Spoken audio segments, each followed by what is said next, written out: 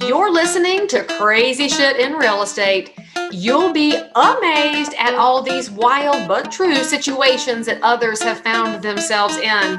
Because on this show, you'll hear uncensored, unbelievable stories from the world of real estate. I'm Leigh Brown. Let's dive right in. Before you get the rest of the story, I'd love to share a quick message from today's sponsor. Hey y'all, just going to take a quick break from this conversation to let you know about the sponsor of today's episode. That sponsor is, well, frankly, it's me. It's Leigh Brown University. Look, it's no secret that real estate is crazy competitive, getting more so every day. And when the pie doesn't get any bigger, but the people wanting a piece of it do, you've got to figure out a competitive advantage. And that's why I created Leigh Brown University. It's everything you need from soup to nuts, cradle to grave, point A to point B, whatever point B is. Each of you has different goals. So maybe you're a new to the career realtor, or you're a super experienced pro who can't figure out that next level. There's something in my course that's going to help you break through. It's designed for you before I even met you. So enroll in Leigh Brown University today. You go to www.leighbrownu.com. and I'll see you there. Now, back to this amazing content. Hello, friends. Leigh Brown here, and it's time for Crazy Shit in Real Estate. Today, we're going to be in the death side of the business, which you might think, Leigh Brown, why are we talking death? Because, friends, life ends with death, or actually it ends with life beyond death. I'm just saying, if you're saved, and if you need information, let me know. But anyway, the story today, we're going to talk about probate. You're going to hear from a homeschooling mom who became a top producing realtor.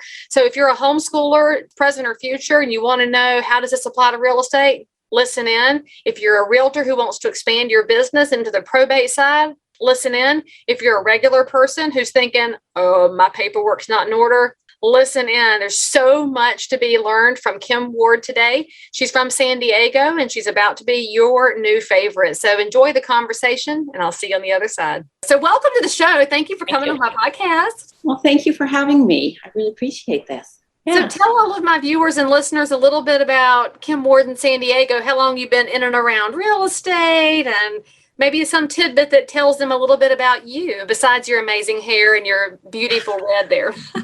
Thank you. So let's see. I actually got my real estate license in 1994.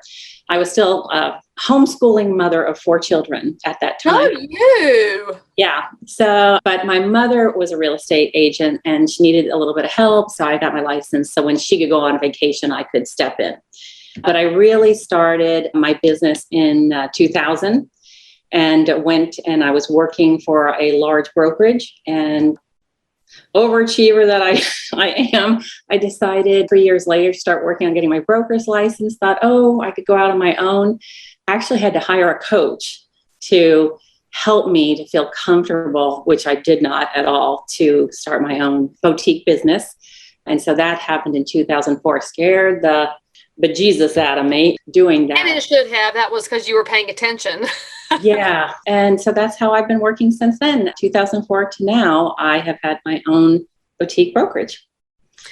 So I love your whole trajectory here. I love how your mom tricked you into getting into the business, because she obviously had a master plan. She's like, just get your license and help me out. She knew what she was doing. Mm-hmm. But I want to backtrack to homeschooling for a minute, because I found in talking to a lot of realtors, they get into real estate because they want that flexibility at home. They want to be able to do things differently. And then they wind up getting completely sucked into real estate, and they forget that a lot of their success in real estate comes from their own background. And often that's as a stay-at-home mom or as a manager of a household. Can you tell our friends here, what did you learn? What did you take from homeschooling life that made you a successful realtor? I think the homeschooling population takes a lot of flack unnecessarily, and you have to be a massively skilled leader to make homeschooling work. And I'd love to hear what your takeaways for people who are in that space or leaving that space or entering that space. What can they learn from Kim? I didn't immediately transition from being a full-time mom with children at home to real estate. I actually had a friend that was looking for someone to do some calling to insurance companies. She has a work company. So she convinced me to come work for her 2 days a week, which scared me. And I didn't think I could do it. And then I was there for 6 months. And of course, then I thought, well, I could just transition into real estate. Yeah, real faulty thinking about going from 2 days to what real estate is. So having been with my children like that definitely helped me to have patience and empathy and a good listener, organized, that kind of thing. Because on top of homeschooling the children, my husband and I were trying to get ahead financially, and I wasn't employed. So I got the brilliant idea of purchasing a fixer property. So I don't have pictures of it because I'm the one that takes all the pictures, but where I was stuccoing eaves and the children were running around this fixer house. And I love that visual. So we could make some extra money. And so all that kind of led to me going and interviewing at a couple of big brokerages and starting there. And the day that I decided that I was going to start working in the real estate industry, I went to a meeting with a women's meeting, and one of them said, "I'm getting a divorce. I need to find a home." And I said, "Well, I'm a real estate agent." And so that's what started my career. Yeah, a friend. So I'm so intrigued by the fact that you saw real estate as a financial solution to just doing better before you got into real estate. Were there lessons that you took from that first investment property into your career? Did you have interactions with a realtor when you bought that flipper, and did you sell it? And I'm curious if you had any preconceived notions about agent life before you got fully into it. I can't say that I did. I was so over busy that I was just doing the next thing and the next thing all the time. But I did see what I liked about it was taking ugly and making it pretty. And that was real appealing to me. And so that kind of and I could just see that we could make a large chunk of money at a time. Although, of course, we were paying capital gains because we started this where we bought something, fixed it up, and then sold it. So we didn't make as much as we could have if we would have known what I know today about buying and holding. So I don't even recall. I think probably my mother helped with the real estate side of things when we bought it because I didn't have my license yet. We came from Ohio in 1989 and with like the pioneers with big ideas of how we were going to make our lives so much better. And the first house that we actually purchased, we bought from an auction, and it happened to be a probate, which is what my expertise is.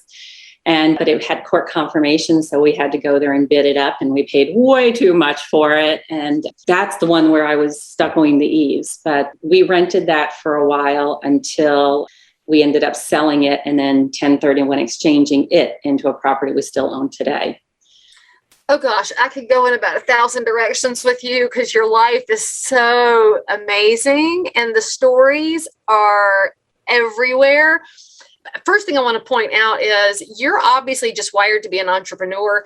And I think it's one thing that homeschooling parents forget about themselves, that you have to be entrepreneurial to do homeschooling because you're doing something on your own outside of the usual norm, and it's on you to make it work. Whether your people around you, the kids, are listening or not and are succeeding or not has everything to do with the structure that you put in place. And I think there's a whole space we could be dialing into with the entrepreneurism that comes out of that space. But we won't do it today because I really want to talk to you about probate because it's an area of real estate that many realtors are unfamiliar with. And you've seen it as well as I have. They get that first deal that's thrown in their space and that I don't really know what to do, don't really know where to find a mentor, don't really know where to find the information. They don't even know where to start. So I'd love for you to share with us a little bit of background because my audience is not just realtors. There's also plenty of regular people that just love hearing about the inside scoop on the business. Mm-hmm. Tell them what probate is and some of the basic processes that are involved and how to be a more professional person in that space when you're confronted with it. Okay, so Well, probate is when someone passes away and they don't have a trust, like a revocable living trust. So the states are all different, but here in California, when someone passes away, they don't have a trust, they have a piece of property, it has to go through the probate process, which is public. So typically the person that would be appointed, so it's usually a family member, sometimes a friend, sometimes a fiduciary, and that's a whole other topic when family members aren't gelling well. You have to get somebody appointed. So there's a house. It needs to be prepared, marketed, and sold. And there's special paperwork. There's timelines that have to be adhered to. There's just various things that it's important for a real estate professional to know what they need to be doing and respecting those timelines to protect their client, which is usually it's the executor or the administrator.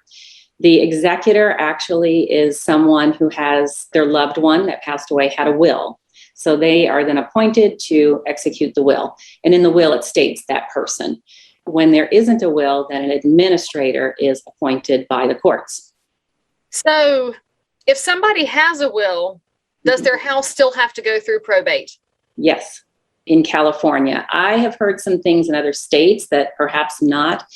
But here, if the home is worth more than $150,000, it has to go through probate. Well, nothing is less. Anything under 150 in California? I mean, what year was that? But maybe should do a step up on that. Speaking of capital gains, but you'd think. All I can say is Kim already gave you the big asterisk, and I'll give it to you again. Check the laws in your state wherever you are when you dive into this world. Okay, so let's say a buyer shows up and wants to buy a house that's in probate. What's different about the escrow and closing process for a probate house versus a standard traditional seller sells a house? Okay, good question. So once the house is prepared and we've marketed and people are going in to see the house, usually it's vacant, which is lovely because up until last year, we didn't really have to schedule the showings. But last year we had this whole thing where we had to schedule people 15 minutes apart. And I kind of like that too. Can we keep that process? It was so nice to have no overlapping showings because of COVID. Yeah, see, I feel the other way about it, that I want to put in the listing, just go and show. So, yes, please don't call me, don't email, just go show. Okay, so then once people are looking at the property and then they want to write an offer, there's a particular probate purchase agreement. It's not the residential purchase agreement. And so it has different language in it that has to do with the probate. It actually has information in there about a timeline. So once we negotiate the whole offer, that's kind of the same, the negotiation process, then we open escrow, and then I let the attorney know that we have opened escrow and we have a buyer, and I have to send the attorney all this information about the transaction. So for instance, I have property that I'm working on right now. We negotiated a $670,000 offer.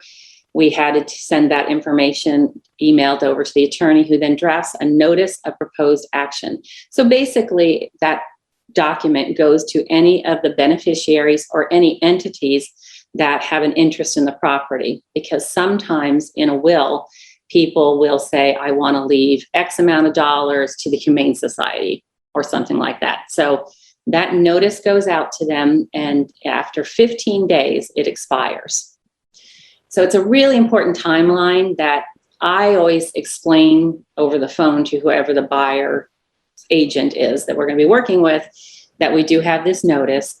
But I tell them, don't worry about it, because I've been doing this for 18 years now, and I've only had one person object to the notice, because that's what it's all about. They have an opportunity to say, no, I don't agree with those terms and that price. And once it happened, and it was because they didn't understand what they were doing, and we just had to explain it to them, and then they objected. So are you saying that technically, if Joe dies and in his will he has left $5,000 to the Humane Society, and his house is being sold in probate, the Humane Society is going to get notice that Joe's house is being sold, and they technically could object to the sale of Joe's house if they thought it was worth at $700 instead of $670? Technically, but the reality is people don't object because they want the gift that their loved cash, one, right. the person has left them. So You're so nice. They want their cash. They want to do this, what the young people do, the burr. true, but trying to be nice. I just didn't know that any beneficiary could object. And I find that to be fascinating, because in today's world, you would actually think there would be more objections, since people tend to fight over the smallest things. But I believe you're probably right that the cash just rules and they'd like to be done with it. So in 18 years of doing these and knowing that there could be 1,000 little hiccups, you're going to have to tell us, Kim, what's the craziest scenario you've encountered? It doesn't even have to be probate. It can be anything in your real estate life. Besides the visual, you've already gifted all of us of you doing stucco while your children ring around the rosy at the bottom of the ladder. That's why your hair's white now from all of that stucco hitting your head. It was brown back then. I don't do that anymore. Okay, so the problems that come up sometimes are between the family members, and it's like they've always had these problems. Mom, whatever, didn't like this one as much as that one. Mom dies and they hate it. Moms don't play favorites. We would never do that, Kim. We love them all. We love them all differently, but we love them all, right? It depends on the day. Hey, secrets of mom life. And if you're out there judging us, we know you don't have kids, but carry on. That's right. I have 4 of them. So, it depends on the day. And even they're all adult children now. So it still depends on the day. Okay. So crazy stuff that happens. So I have a situation right now that I was hired. My name was put into there were 3 people that had real estate licenses that were put into this pot to be picked. I was picked. And there's 3 attorneys involved, 1 for the brother, 1 for the sister, and 1 for the mother, who is still with us, but she's in memory care. And it's just been a nightmare that these guys just can't get along. I had to let both of them into the house to go through the personal property, to take the things that they wanted, but they couldn't take them right then. We had to take pictures and then send it to the other one and get the okay. And so they both are talking to me about the other one. Yeah, the other one's the problem. Let's put it that way. Yeah. And so just being able to go, okay, and just let them go through their process, because the bottom line is I want to get the house ready, to get the house sold, because that's how I get reimbursed for all my energy and expertise and time. And that's how I pay my bills and feed my family. So there's stuff like that that goes on. Not always.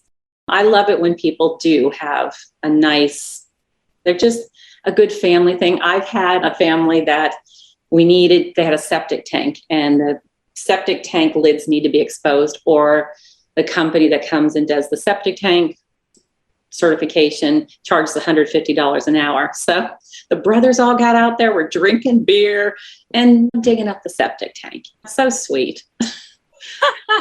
Often say sweet and septic in the same sentence, do you? I know, but yeah, but they made it a party out of it. And their dad had died, and they had a job to do, which they could have had a stranger do it, but instead they were a family.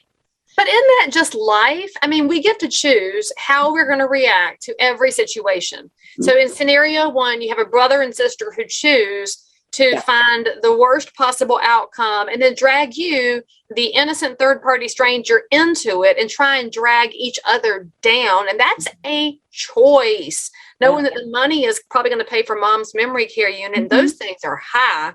And then you go to your other story where you've got brothers who choose, in the wake of dad's passing, to drink a beer together and dig up the septic tank and make the most of the time that they have. And it's such a snapshot of what life can be if we just choose differently. Right. Yeah, exactly. And all that water under the bridge, believe me, I heard a lot from the first story. I just let them talk, and then I walk away and let it go. It's the sweet stories that I'm like, oh, that's such a great way to do things, to really honor your parents and the gift that they're leaving you, and have laughter around it. Because a lot of, in probate, people are grieving a good deal of the time. And it's the personal property that's more of a hiccup most of the time than the house. And so my job is to really help them get through that personal property. Take the things that they want and are mementos or things that are truly of value to them, and then let them know that the rest of the things that we own, here's a little thing. Our stuff's not worth much. Pennies on the dollar. People will not pay a lot for your Ethan Allen furniture or whatever. Isn't that wild? Because that's good furniture, and these young people rather have IKEA, but that's a different discussion altogether. Yeah. It is. I love how you point that out, though, and that's part of why we've seen in the business nationally this proliferation of companies and professionals that will come into a house and help the property owner deal with the personal stuff. Right. And that can take months sometimes. We're going to keep this, sell this, give this away. Mm-hmm. And just sorting through it is hard. But once you get the stuff out of the way, the house becomes just a house. It's just wild how houses are these, they look like inanimate objects, and they're not. And they're not shells. They're full of stories and memories and fights and happy beer drinking moments by the septic tank. There's so many moments involved in it. So I'm grateful there's people like you out there that are in that space to bring the professionalism, and also you're not cold-hearted about this. You understand where they are, so you can help them figure out what the next phase looks like and help them move on with life, and frankly get some new memories and moments into that house. Yeah, and get that closure also. So I think this is probably from being a mom and all of the life that I had before also, is that I can do both. I can be soft and understanding and let them talk for as long as they need to. And then I can say, okay, this is the plan. This is what we're doing. We're going forward. Because that's what they need also, is somebody to just really help them to see that the personal property is worth pennies on the dollar. And let's rip the Band-Aid off. Sometimes there's estate sales, not very often, honestly. Most of the time, the things that are left in the house, we do a buyout, which is, this man comes in, his name is Isaiah. He looks at everything. He offers X amount of dollars. I then send an email to the client to get their permission, and then I make it happen and get the stuff out of there. Isaiah will buy a whole house full of stuff. Mm-hmm. I think I love him. That sounds amazing. Mm-hmm. Yeah, and it's not much like the house with the brother-sister that I just was talking about. There was some nice stuff still in this house, but it wasn't worth having an estate sale. And so I had Isaiah come in, and I ended up negotiating that he would do the yard work also to get the house ready, because the house had been vacant for 2 years because of this brother-sister attorney thing. And anyway, he ended up paying $300 for all that was left in the house and did all the yard work. That sounds like a win for everybody. Mm-hmm. Yeah. So I got to ask you a question here.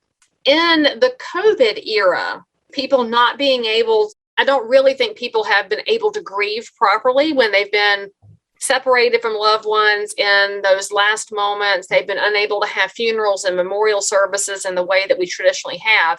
Have you seen any changes to the probate behaviors since this started?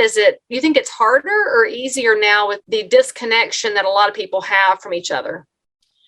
Well, my experience here in San Diego was the courthouse closed. And for whatever reason, a government entity can't handle business like this. And so What? You mean governments aren't efficient? What?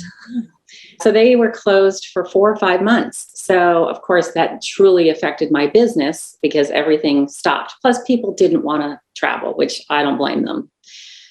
So my business went from helping 30 or so families a year to 9 last year. But yay for PPP loans. And one's forgiven. I have another one to get forgiven. So I had an emergency fund that I kept my team on and just basically used all that up to keep them going. But so with COVID, it did totally change my business because of those 2 factors. So now the courts are open, they're really backed up, things are starting to come out, and people are starting to want to prepare homes for sale.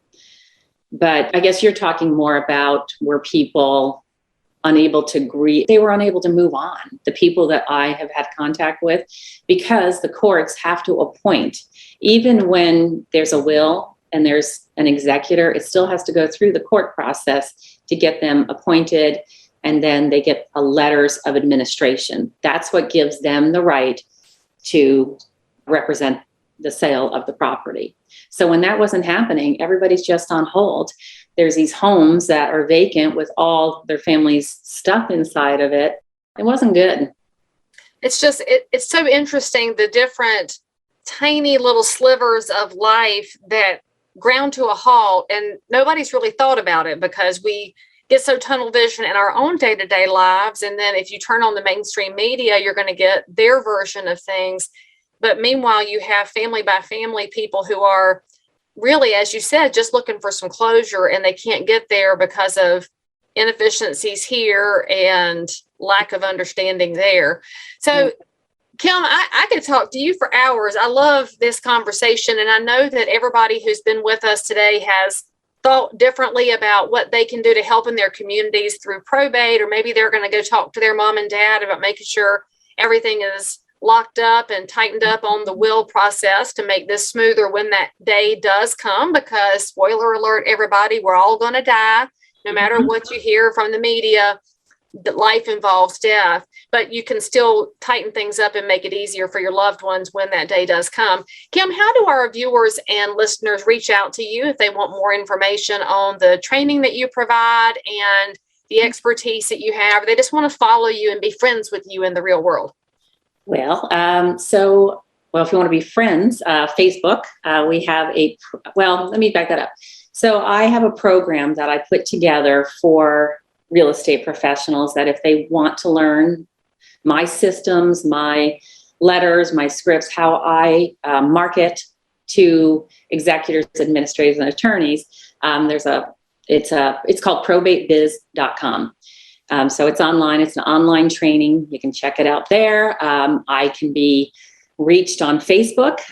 We have a Probate Biz Facebook page, and then I just have my business page that's separate, and my personal page.